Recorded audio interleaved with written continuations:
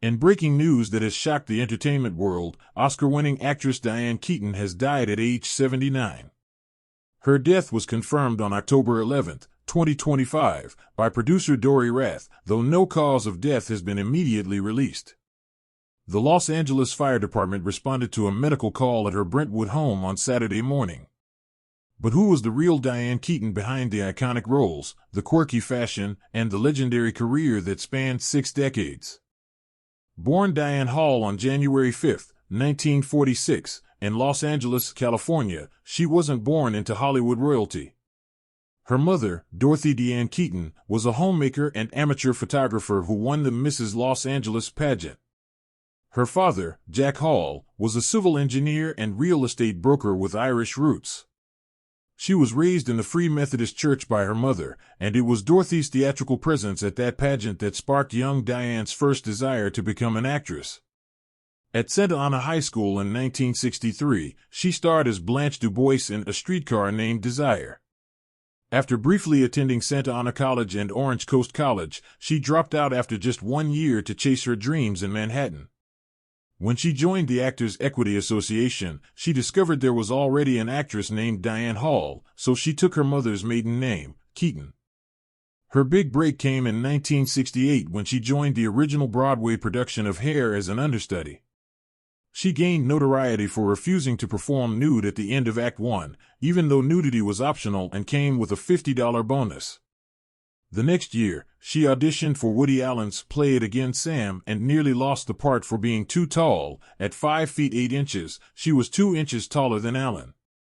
But she won the role and received a Tony nomination. Their relationship became romantic during rehearsals, and they briefly lived together.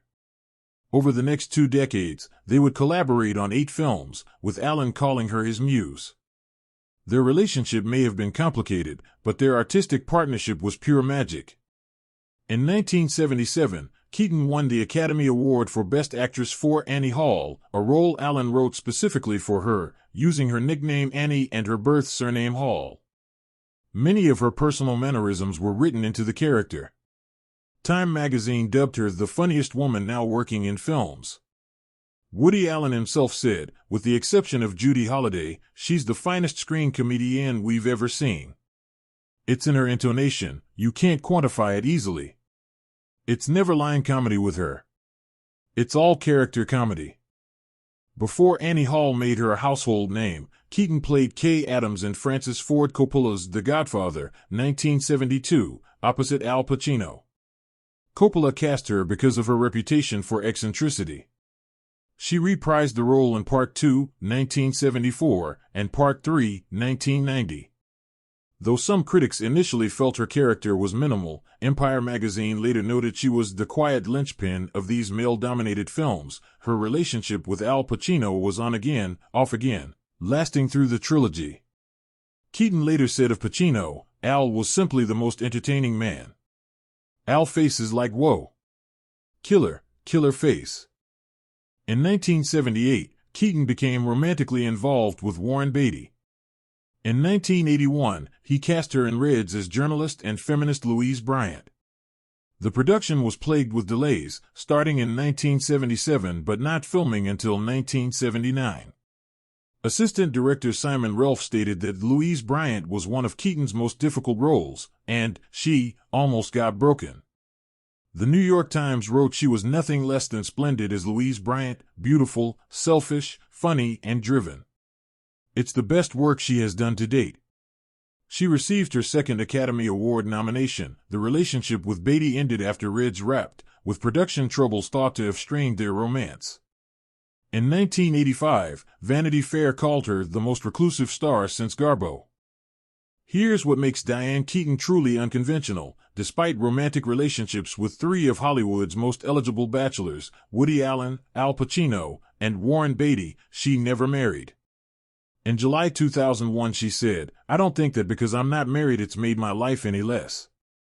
That old maid myth is garbage. At age 50, after her father's death made her think about mortality, she made a decision that defined her later life. She adopted her daughter Dexter in 1996. In her 2011 memoir Then Again, she acknowledged, after a lifetime avoiding intimacy, I suddenly got intimate in a big way. She adopted her son Duke in 2001. Keaton later said of motherhood has completely changed me. It's just about like the most completely humbling experience that I've ever had. After some commercial disappointments in the late 90s and early 2000s, Keaton made a triumphant comeback in 2003 with Something's Gotta Give, opposite Jack Nicholson. She was 56, he was 65, considered risky casting for romantic leads. 20th Century Fox initially declined to produce the film, fearing the leads were too old to be bankable. Keaton told Ladies' Home Journal, "Let's face it, people my age and Jack's age are much deeper, much more soulful, because they've seen a lot of life. Why shouldn't they fall in love? Why shouldn't movies show that?" The film grossed $125 million in North America, and she earned her 4th Academy Award nomination. What many don't know, Keaton was far more than just an actress. She directed her first documentary Heaven in 1987, music videos, including Belinda Carlisle's Heaven is a Place on Earth, episodes of Twin Peaks and China Beach, and feature films including Unstrung Heroes, 1995, and Hanging Up, 2000. She was an accomplished photographer who published multiple photography books, starting with Reservations in 1980, featuring hotel interiors. She also edited collections of vintage photography and served as a contributing blogger at the Huffington Post since 2005. Keaton was active with the Los Angeles Conservancy, working to save and restore historic buildings, including Frank Lloyd Wright's Ennis House in the Hollywood Hills. She was also a real estate developer who renovated and resold mansions in Southern California. One of her clients was Madonna, who purchased a $6.5 million Beverly Hills mansion from Keaton in 2003. The truth about Diane Keaton's fashion influence cannot be overstated. Her vintage menswear wardrobe in Annie Hall, neckties, vests, baggy pants, and fedoras made her an unlikely fashion icon. Much of the clothing came from her own closet. She was already known for her tomboyish style. After the film's release, men's clothing and pantsuits became popular attire for women. She continued wearing vintage men's clothing throughout her life, usually appearing in public with gloves and conservative attire, turtlenecks even on 90-degree days. She famously opposed plastic surgery, telling More magazine in 2004, "I'm stuck in this idea that I need to be authentic. My face needs to look the way I feel." Keaton was open about health challenges throughout her life. She battled bulimia growing up and fought skin cancer, conditions she discussed publicly before her death. Despite these struggles, she remained remarkably private about her personal life, earning that comparison to Greta Garbo. At the time of her death, Keaton had 3 projects in the works: Artist in Residence with Josh Hutcherson, The Making of with Blake Lively, and Constance directed by Mark Pellington. She received numerous accolades, 1 Academy Award, with 4 nominations, 2 Golden Globes, 1 BAFTA Award, the Film Society of Lincoln Center Gala Tribute in 2007, and the AFI Life Achievement Award in 2017, presented by her dear friend Woody Allen. She voiced Dory's mother in Finding Dory, 2016, which grossed over $1 billion worldwide. Her last major commercial success was Book Club, 2018, which made over $100 million worldwide. So what's the truth about Diane Keaton? She was an actress who refused to be defined by Hollywood's rules. She dated legendary men but never needed marriage to validate herself. She became a mother at 50 through adoption. She turned menswear into feminine fashion. She won an Oscar playing a version of herself. She directed, photographed, wrote memoirs, and saved historic buildings. Critics called her one of the great American actresses from the heyday of the 1970s, a treasure whose style was difficult to explicate and impossible to duplicate. Entertainment Weekly ranked her Annie Hall performance as the 7th greatest Best Actress winner of all time.